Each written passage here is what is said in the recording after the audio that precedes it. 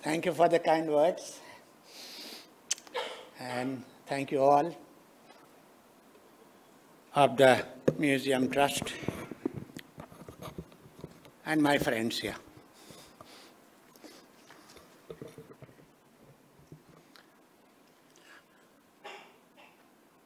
The presentation is in twofold, actually twofold, because I thought that I would perhaps speak on the role of the artist. So I had thought up the issue of identity, image, and representation.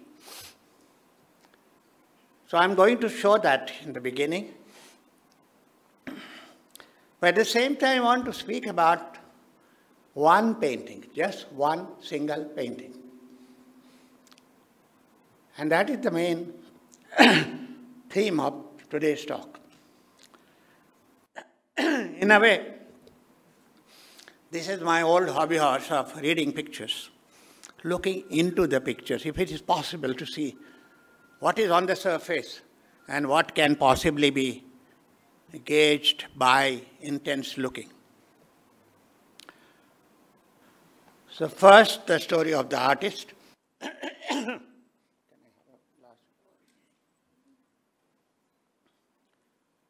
The identity of the Indian artist in pre-modern era has remained something of an enigma, as much of what was produced through the centuries dealt with religious imagery.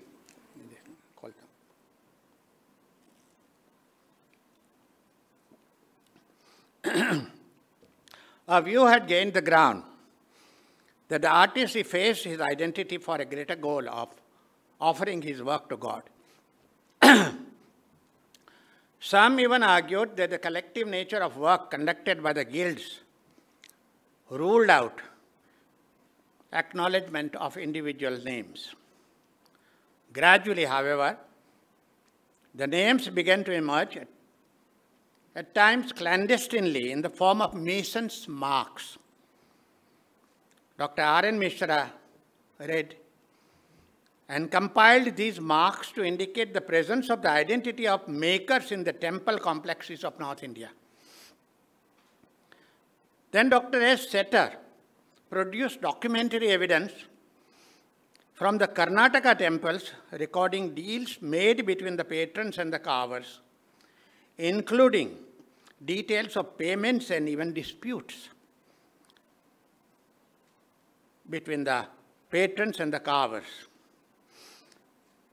Like the sculptures in the temples and other sites, the ancient and medieval murals, too, remained largely anonymous, but later research began to open areas of further scrutiny. Names of artists from the Mughal era were known, but further research revealed a large number of names of artists. In Rajasthan, we knew Sahibdin and Manohar, who painted the great Ramayana folios for the Rana of Udaipur, but many more trickled out. To the study of the paintings in the Punjab hills was added a whole family of painters on which Dr. Goswami based his thesis of the family as a basis of style, in the same vein as the gharanas in music. A major exhibition at the Reitberg Museum in Zurich 2 years ago, and simultaneous publications of 2 volumes, Masters of Indian Painting, has laid to rest the idea of anonymity of the Indian artists to rest for good. The questions, however, remain. Who were the artists? To which community do they belong? What was their social status? The records of Mughal librarians of the Imperial Workshop consist names which often indicated places of origin. So names of artists read like this, like Bhimji, Premji, Suraj, Surdas. They were all known as Gujarati. They're called Bhim Gujarati. Nand was Gwaliari, Haider Muhammad and Kamal were Kashmiri. Some records yield details of other kind. Besides Paras, Akbari painter Daswant belonged to the community of Kahars, that is the Palki bearers, who is believed to have suffered from epilepsy and eventually committed suicide. Further details include names and titles bestowed upon the emperors, of masters, assistants, with details of who made the drawing, who filled up the colors, and who were adept at portraiture, animals, vegetation, faience patterns, or calligraphy, and who gilded and who bound the books. Let me show you the images of some of these painters. These are from a famous album called the Gulistan album, which is in the Tehran library. It is a Jahangiri album, and you have images of the artist. This is Bishan Das. Then you have Govardhan. You have Manohar. You have Daulata. You have Abu, what is his name? Forget the name. Anyway. But before that, let me tell you. So you got to know these artists who were shown in the process of working. They usually figure in the margins of a painting. There is a main theme in the painting, but around the main area there are these large margins in which these portraits occur, which are made by artists themselves of their fellow artists. Now, it can be surmised that names like Bhimji, Premji, and other names like in Rajasthan, Bhakta, Chokha, Keshu, Basavan, Daswant, etc., are most likely common among working class communities. It is known that the painters in the Pahari regions identified themselves as Tarkhans. Tarkhan means the woodworkers or the carpenters. Dr. Shivaram Murthy, in one of the rare books, there are few books on artists of India, and Dr. Shivaram Murthy wrote one in which he quoted Megasthenes' report of the very early time, pre-Christian, which quoted that the artists in the ancient times belonged to the fourth class in the caste system. And so, it is no exaggeration that the tradition continued throughout centuries. I'm not going into details of that because that is not the subject of today's talk. Interestingly, however, the artists hailing from these communities or lower communities or class reached higher echelons by virtue of their expertise. Some of them rose to become ustads in the imperial Mughal atelier, which was like a workshop. In the smaller principalities, like in the Thikanas, in Rajasthan, in the Punjab hills, it was almost, you see, in the imperial atelier, it was not possible for them to have face-to-face with the emperor. But in the smaller principalities, there was a one-to-one relationship between the king and the painter. I'll show you one example. It is not surprising that they were required to make portrayals of royal patrons in flatteringly grandiose and often making them look fantastical. The famous painting of the Jahangir, painted by an artist called Bichitra, which is well known, on an hourglass throne, is a case in point.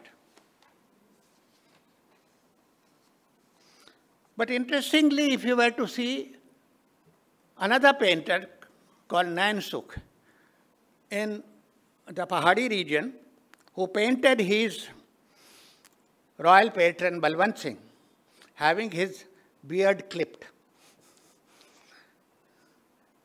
So this is a kind of a warmly human portrayal of a man, almost, so to say, equal to the artist. Does this denote the relationship the ruler had with his subjects? Would there be an area where the artist may exercise his personal perception about the times he lived in? He, of course, painted the royalties and the life of the royalty, life, etc., etc. But would he exercise his own personal perceptions about the times he lived in, or even offer a critique of sort? Was it possible?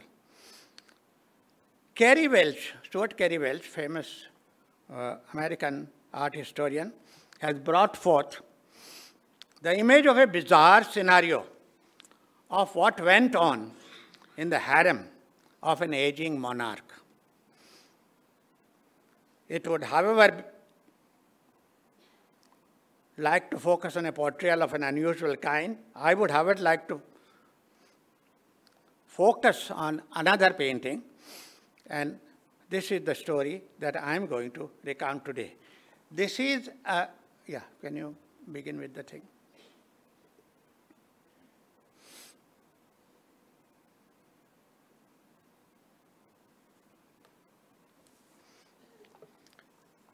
This is a painting in the collection of the Baroda Museum and Picture Gallery. And it is called A Ruler Watching Acrobats. Let me describe the scenario. It looks as if a group of acrobats is performing in front of a court with rulers, courtiers, and their minions.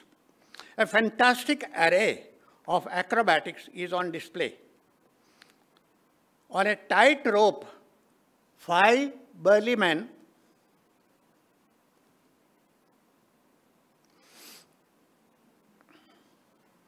dressed in shorts, rather like wrestlers, carrying children and young girls, are engaged in performing amazing feats of physical prowess and balance.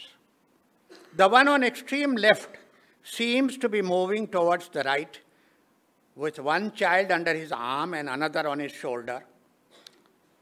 2 little children dangle precariously on a long stick he is holding in both hands to balance the ensemble. In addition, 2 girls are pirouetting on a large disc or a thali with a pedestal perched on his head. The second acrobat, following the first, is moving menacingly rightward, holding a shield and a sword with a child under his arm. He has his left foot upon a flat disc set on the rope. A girl in an acrobatic act is busy on a one-legged pedestal secured on his head. The third acrobat, facing left, confronts the second acrobat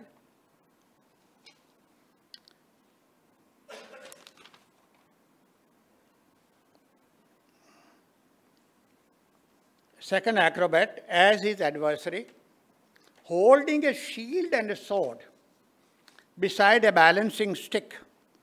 He is also carrying 2 children on his shoulders, while a girl in a prancing posture is balancing on one leg atop his head.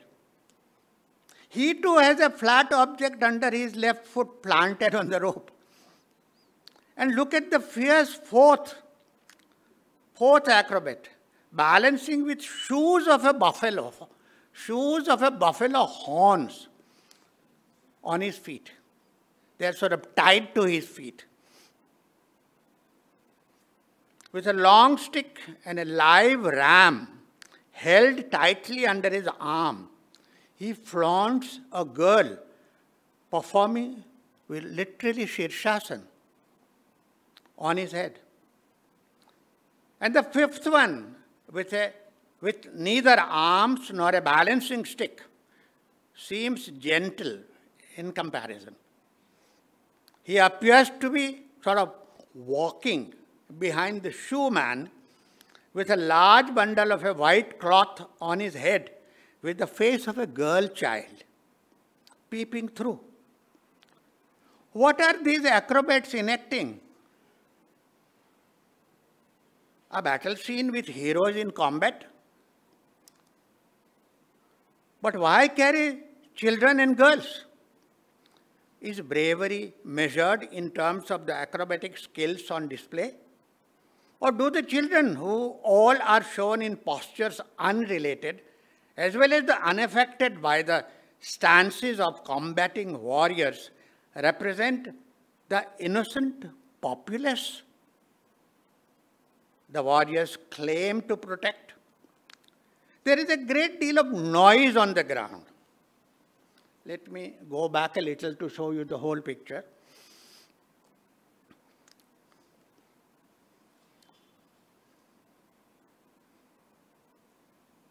There is a great deal of noise on the ground. Two rival groups of men on either side of the poles are lustily cheering on the performers. One is beating the drum and another is blowing a horn.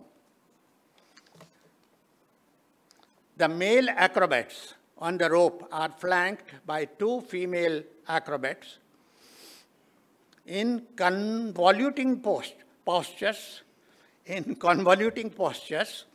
held aloft on high singular poles, if you can make out on the left, extreme left. 11 others are busy performing individual acrobatic acts on the ground. It is as if the dramatic actions over the rope have reached a finale, and not to be left behind, the young women with matching skills are contorting their bodies to extract a similar applause from the spectators. But where are the spectators? There is not a single onlooker in sight. The atmosphere is surcharged with brave feats, not merely brave, but by mortally risky acts of balance and maneuver. The men are half-clad, the girls dressed in colorful costumes. Regard this girl who has planted a foot behind her ears. Another one is coiled up like a wheel, and the third is crouched and ready to spring. In these unusual bodily acts, matching their male counterparts, their sexuality is totally diffused. Some of them have distended their bodies to such an extent that they don't even look human, thrusting their limbs into embodiments rather than quote-unquote normal human postures. They seem to emulate the postures of animals and insects. One mimics a crocodile, another is coiled like a snake or a snail, and the third one splays out her arms and legs like a cockroach or a spider. Some of them seem to have turned into implements, like a pincer or scissors, arousing not just wonderment, but a sense of awe. They live to their fullest for a few heightened moments in a veritable theater of limbs, signifying unknown emotions without using facial expressions. Strangely, however, the art of painting keeps them playing forever, not in an act of a frozen stance as a photograph might do. The human hand and a brush simulating their movements in a physical act of painting through time enables the viewing eye to traverse from figure to figure, from posture to posture, from limb to limb, in slow, successive movements. It appears that there is no distinction between actors and non-actors, no difference in status between shields and horns, swords and drums. A massive mask of a bird on the extreme right at the bottom.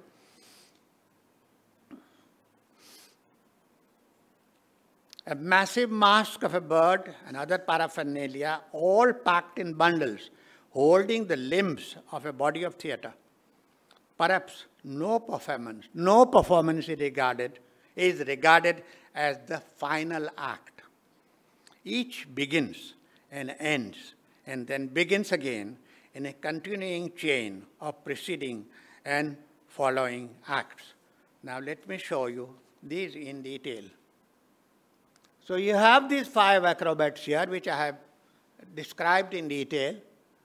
And you have the first one, as you can see that he has got this thing placed on his head. And then two girls are pirouetting and he has got a child under his arm. And there are two dangling on his stick. You have the other one who also is holding a girl aloft his head. Then he has got a sword in hand and a shield. And there is a child dangling behind. Then you have these two facing each other.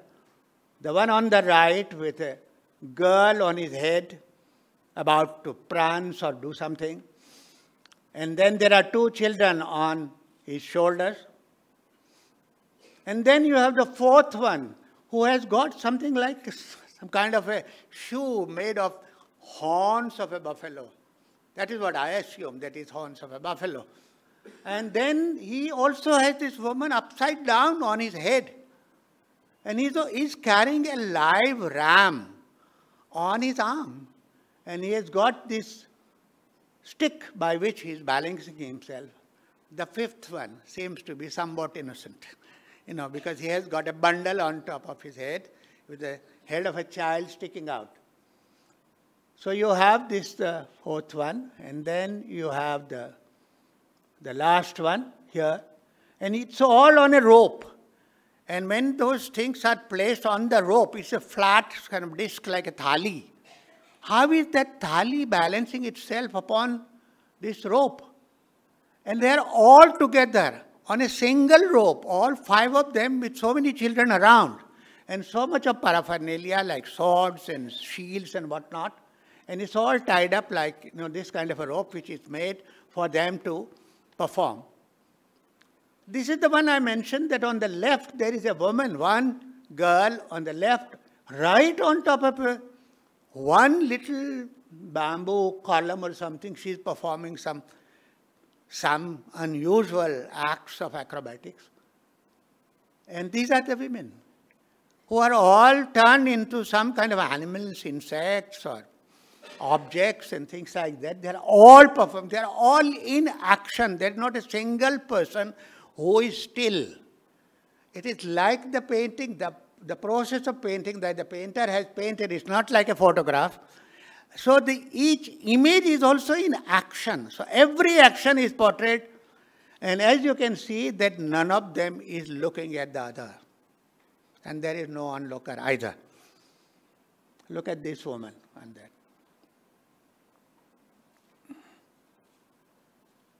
These are they are beating the drum and hands there sort of supporting them, and there is this paraphernalia lying on the ground, and these girls are performing on the ground. This is the detail of those who are beating the drum, etc. And this is on the right. That was on the left. This is on the right. And that is that kind of a paraphernalia, like a big... It's curious. It's very difficult to know what that whole object is. It's perhaps something like a mask. It's a huge mask of a bird, which one of the performers might be using it in the next performance. So you await the next performance, which is suggested in the painting itself. Now, above the arena of acrobats, a full court in audience seems to have been held to consider a matter of grave concern. The court is packed with the ruling figures, surrounded by a number of courtiers on either side, all impeccably dressed in white with red sashes and turbans. The ornate central balcony at the top is divided in three parts by white marble columns with rolled up embroidered curtains where the ruler occupies the central niche. Viewed in profile with a halo around his head. It was not uncustomary for the rulers to be represented with halo. Halo around his head, he is counting his beads with a bowed head. A personage who appears to be somebody, a high dignitary sitting in front of him, also in profile, is seated in the niche on the right, facing the ruler frontally with his head up in a haughty gesture, who appears to be delivering a message. I think you can make out from the history. I'll show you details a little later. Facing the ruler, on the left niche, two men servants are fanning the ruler with peacock feathers at the bottom of the royal balcony, which rests upon two starkly white columns without any ornate design. Everything is ornate, on the top part. An empty chamber is visible. Is it possible to see here, right at the bottom, with a carpet on the ground? With a yellow carpet and with a red border spread out in frontal perspective. I think it's very important because it's very rare that such a frontal perspective is shown, in paintings of that period. This is the early 19th century. Beside the empty chamber on the left and the right stand two prominent courtiers.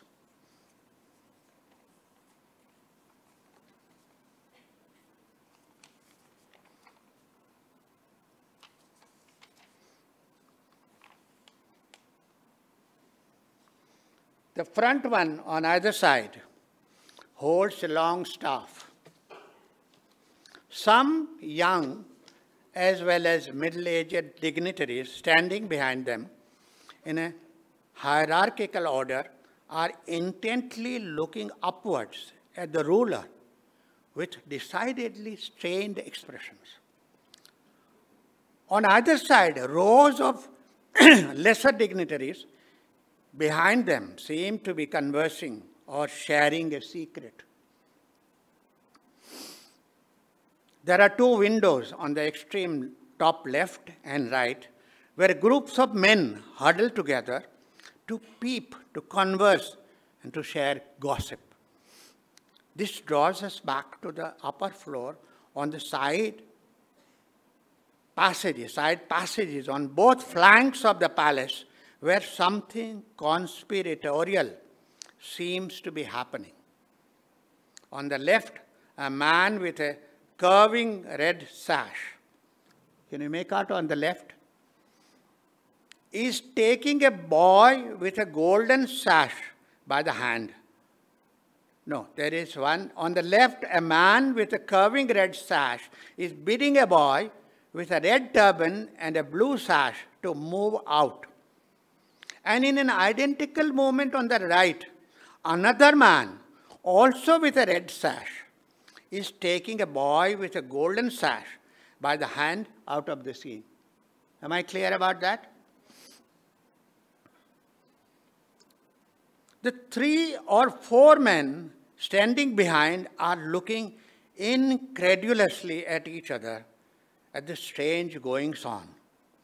Just below, a group of men, tightly packed in a row, appear somewhat lost, each with individual expressions of sadness, strain, and confusion. There is no doubt that all eyes are set on the ruler. Framed between 2 marble columns, an embroidered curtain, and a patterned hand rest, he appears to be out of place. He's there, but he seems to be out of place. Barely listening to the words of the man in front of him, which appears to be his minister, he looks down with saddened eyes, invoking the family deity through his rosary of beads. It's quite possible he may be acquiescing to the command of his minister. What does such a scenario portray, represent, convey, portend? The answer is inscribed alongside the royal portraits. There is an inscription in Persian. The state of Jaipur, where this was painted, had faced, in the early 19th century had faced multiple threats of attacks from the Pindaris on the one hand and the Maratha depredations on the other in the early decades of the 19th century. As a result, the ruler, Savai Jagat Singh, portrayed in the balcony on the left, was obliged to sign a historic treaty of 1818, which promised, into quote, defensive alliance, perpetual friendship, protection, and subordinate cooperation. I hope you can make out from these words, which are very, very loaded. So it says defensive alliance, perpetual friendship, protection, and subordinate cooperation with the British. So, very clearly, it's a moment of surrender. Presided over by his minister on the right, whose name is inscribed there as Manjidas Mukhtiar Purohite Rao Bahadur. It is said that barely 9 months later, Savai Jagat Singh, the ruler, died at the age of 32.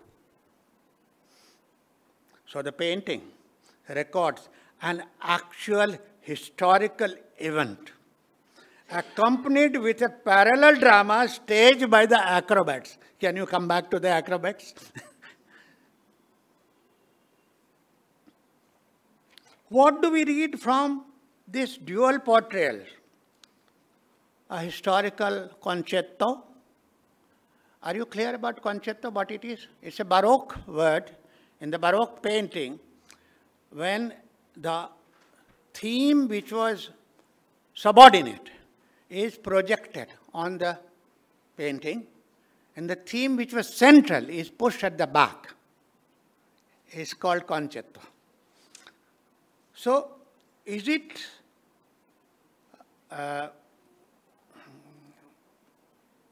what was I reading? Yeah.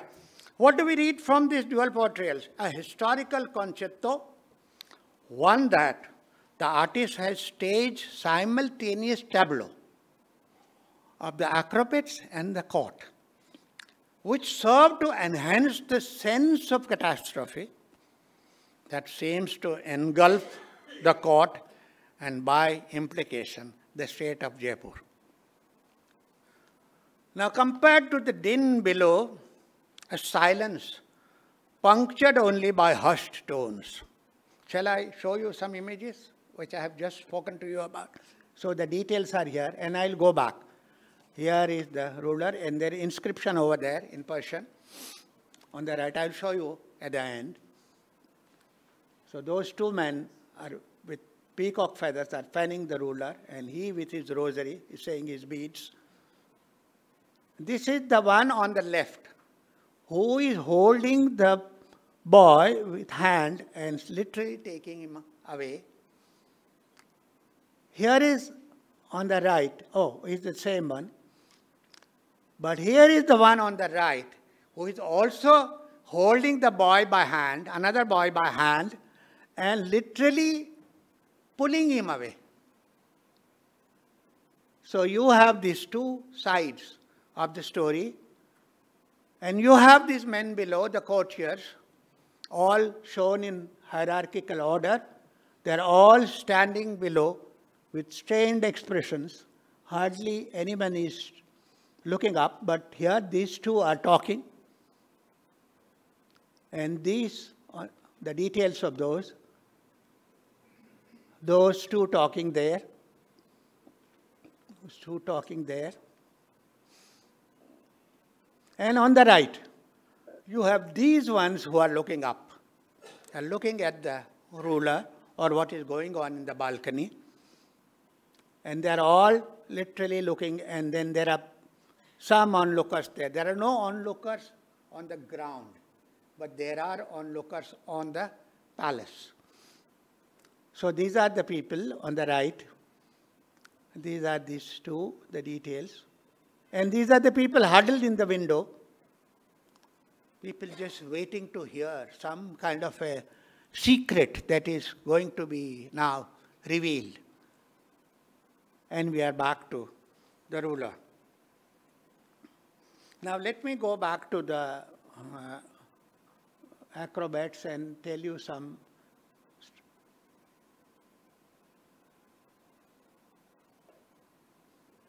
Okay, I'll go back to the main picture.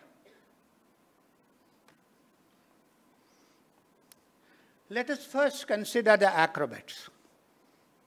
They belong to itinerant tribes or communities of performer entertainers moving from place to place, usually within a language region. If they are Hindi speaking, then they would be in the northern India.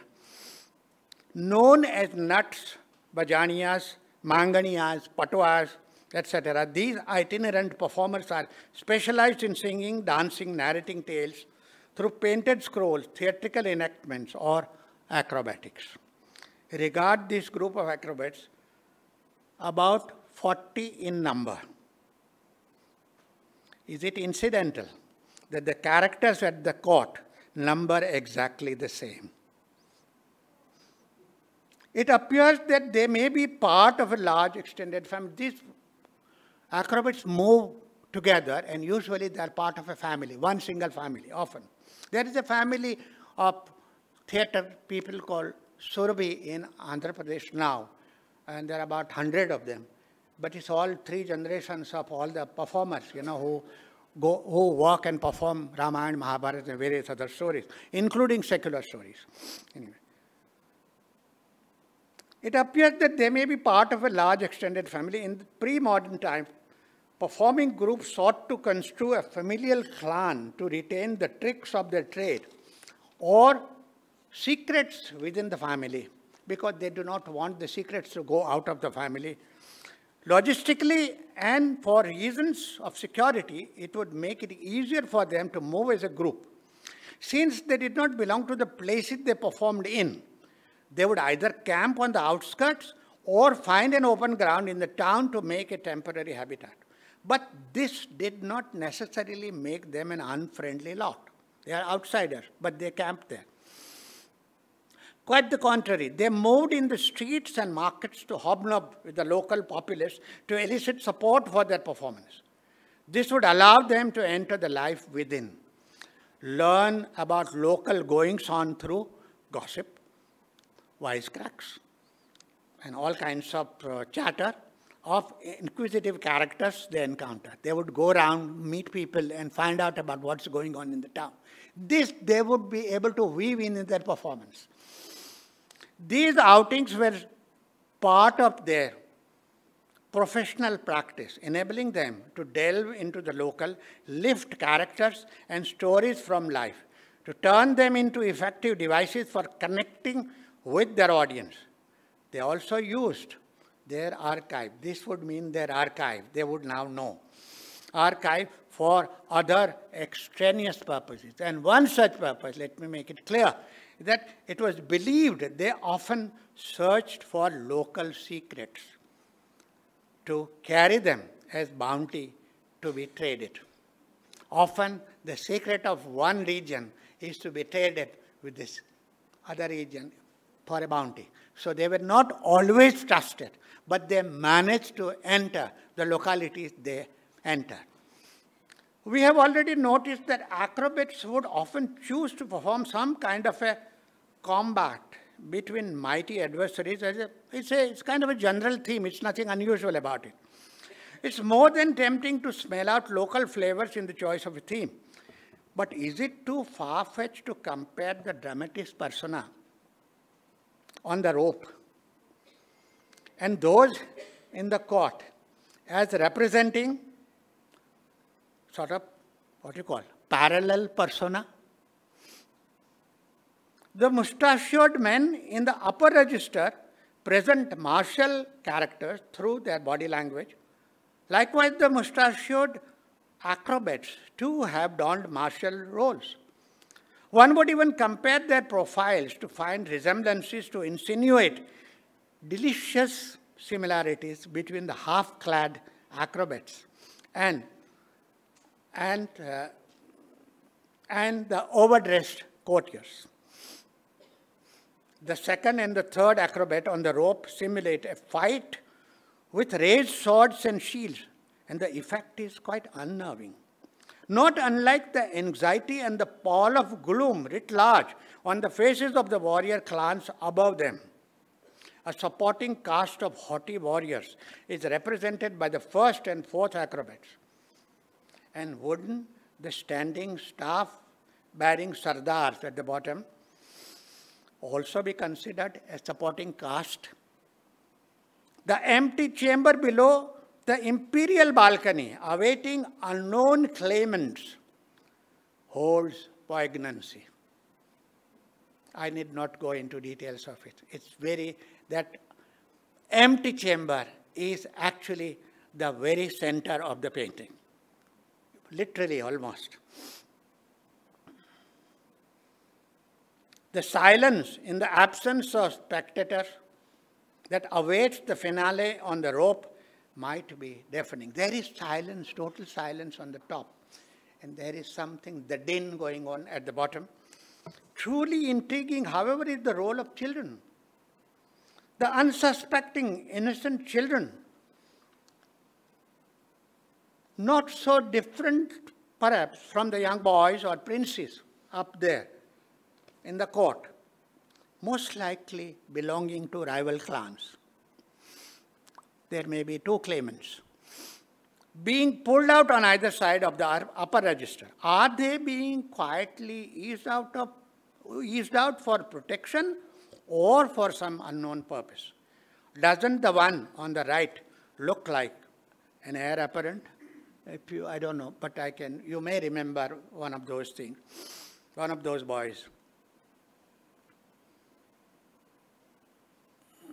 Doesn't the one on the right look like an heir apparent? In comparison to the grim scenario in the palace, the warriors with children in tow on the rope exude scant aura of political scheming. It doesn't look as though there is any political play. It looks as though it is an innocent act. But is it so? Packing in a heavy dose of absurdity, they also look somewhat comic. There is also an element of comic in them. So they are adding to whatever, if at all, there is a response to what is going on in the court. There is an element of comic included, not only absurdity. Despite such an amusing aspect, the fight on the rope continues unabated in a double entendre, simultaneously indicative of a real and a theatrical mise-en-scene. So, can it be contended that the bottom group is holding a mirror to the upper assembly? Can it be contended that the group at the bottom is holding a mirror to the upper assembly? Not unlikely, since the upper register has no female characters. Do the convoluting postures and frenzied turnings and twisting of women embody coded signs suggesting intrigues, ambiguities, confusions, and perhaps also a sense of despondency? Deeply political in content. The whole painting is actually deeply political in content, and its coded language. The painting joins the two seemingly disparate terrains, which look disparate. Joins the two seemingly disparate terrains in an uncanny bind, with underlying connections ostensibly hidden under the large open ground. The two tableaux remain deceptively exclusive territories. Grounded in the dual terrain of a tragic-comic rasa. I am trying to interpret it. It's both. The totality of the image is conceived in a sparse palette of pink and white as principal statements in color. Almost one single color reigns throughout the painting. It illuminates several areas with sparks of blues and yellows, yet steers clear from the gross literality of colors being directly associated with happiness or despair. It very clearly steers away. It, however, subtly indicates what distilled layers of a single color, pink in this case, can achieve to denote such a complexity of emotions. On the cusp of political change, 1818 is the period when British had begun to gain further ground. But I'm talking about painting.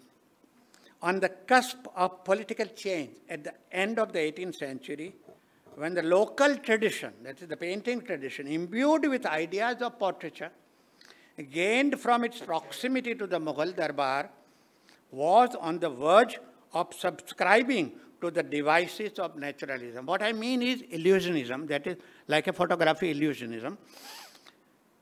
The painter seems to have responded to these with restraint in order to keep his vision firmly on its own ground. He has not yet given up, his own mode of looking at the world. The way he painted in the let us say, before the influence of the European painting. So, there is a clear choice of resisting and tempting devices of chiaroscuro with darker, contrasting tonalities that schools like Awadh and late Mughal had already embraced. It had already happened in the north. It is not happening in Jaipur. Why? Something interesting. The frontal view of the carpet in the empty chamber drawn clearly in naturalistic perspective. That is the only thing which is drawn in naturalistic perspective. Everything else as though it's seen from somewhere, from the sides. Whichever way the Indian painting usually portrayed characters. Naturalistic perspective is very interesting that it integrates within the traditional practice of projecting the rest of the imagery forward rather than make it recede into a vanishing point. It doesn't make a hole into the picture. With literally every character portrayed as an individual, except for the acrobats. But all characters up there, they are all portrayed, but even the acrobats, if you look at them carefully, they are all individual characters. So with literally every character portrayed as an individual, known or drawn from life, it shows how closer views can blend beautifully with a larger space construct. So between the portrait and the larger scenario. So you have both combined, it's a very detailed portrait of the face. At the same time, you have a larger scenario of the number of like 40 characters. Most crucially and critically, it articulates the problematic of connecting what initially appeared to be diverse narratives. They are not diverse narratives. This is achieved through changing the vantage points of observation, both within and outside the spatial scenario. It is clear we view the acrobats on the rope frontally. While witnessing the female acrobats, we view them on the ground below. So we are somewhere else, when we are watching those women. But when we are watching the acrobat, we are literally facing them. So while witnessing the female acrobats on the ground from above, where are we then? Where is the viewer? Where is our eye? Where are we situated? The eye flies upward to grasp the shenanigans at the court. Literally, frontally. Everything is frontal over there in the court.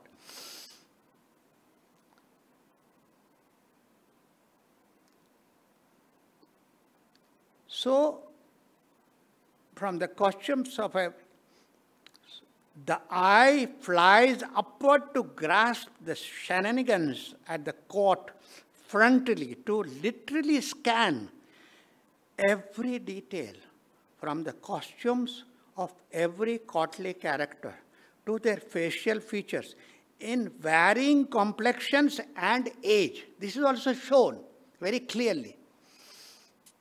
To move into the royal niche, to encounter the embroidery, the printed patterns, the jewels in the crown, and on the gorgeous jama of the downcast ruler.